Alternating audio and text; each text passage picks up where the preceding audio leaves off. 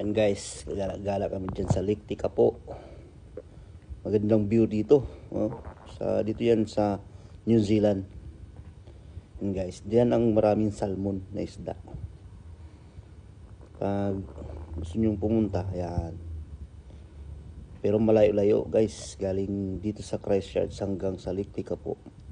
Magtatlong oras. Yan, magandang view dyan. Kaninang umaga kami dyan pumunta. Dumating kami dyan mga 11:50 ng umaga. Kaya ang ganda ng view dyan. Kung wala ng stress. Yan guys. Salamat guys. Pakipalo na lang yung video ko.